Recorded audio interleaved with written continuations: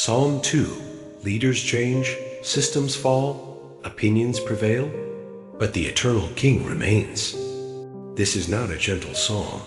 It's a declaration, a divine warning, a glimpse into the spiritual war happening behind the headlines, boardrooms, and nations.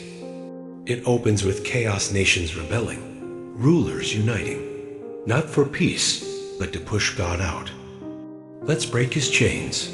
They say they see God's rule as limitation, not liberation. But then the camera shifts to heaven. And what does God do? He laughs. Not because he's cruel, but because their rebellion is ridiculous. You can't overthrow the one who created everything. You can't cancel the King of Kings.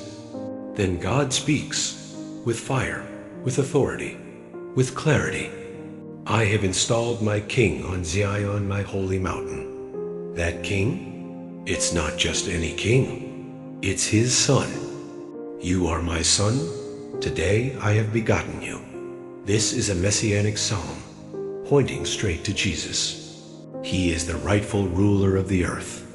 All nations belong to him. Every crown, every throne, every knee.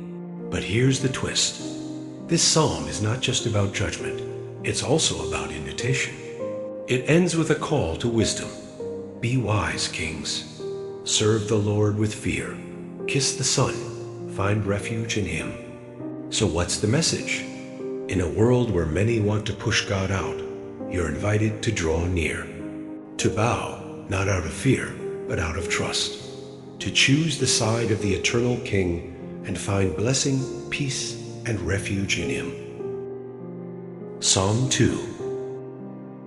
Why do the nations rise, and the peoples plot in vain? The kings of the earth rise, and the rulers plot together, against the Lord and against his anointed, saying, Let us break their chains and cast away their cords from us. He who sits as king in the heavens laughs, the Lord mocks them.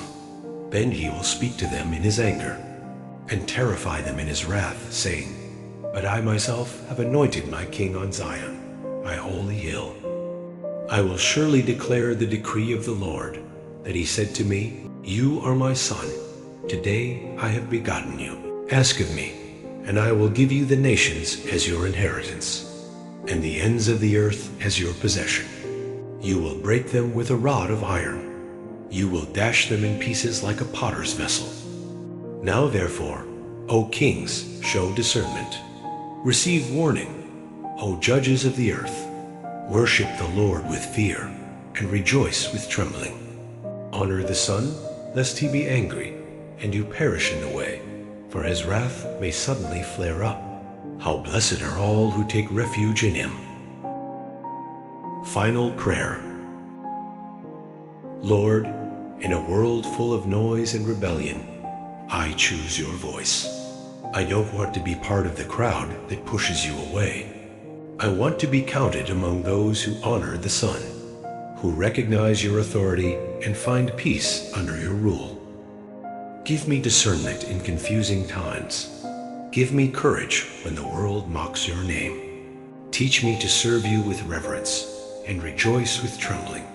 Let my heart never grow proud or distant. I surrender to the true King Jesus, the Anointed One. You are my refuge, my strength, my unshakable hope. Let every part of my life reflect that you reign. I bow now, not because I have to, but because I want to, because you are worthy. Amen. If this message stirred something in your soul, don't leave quietly. Leave a comment sharing what stood out to you. And make sure to subscribe to this channel, Truth Light Catholic, so you never miss a moment of reflection, truth, and prayer. Share this video with someone who needs a reminder that no matter how crazy the world gets, God still reigns. And don't forget, leave your prayer requests in the comments. Let's build a community rooted in reverence, faith, and strength in the King. God bless you, and we'll see you in the next video.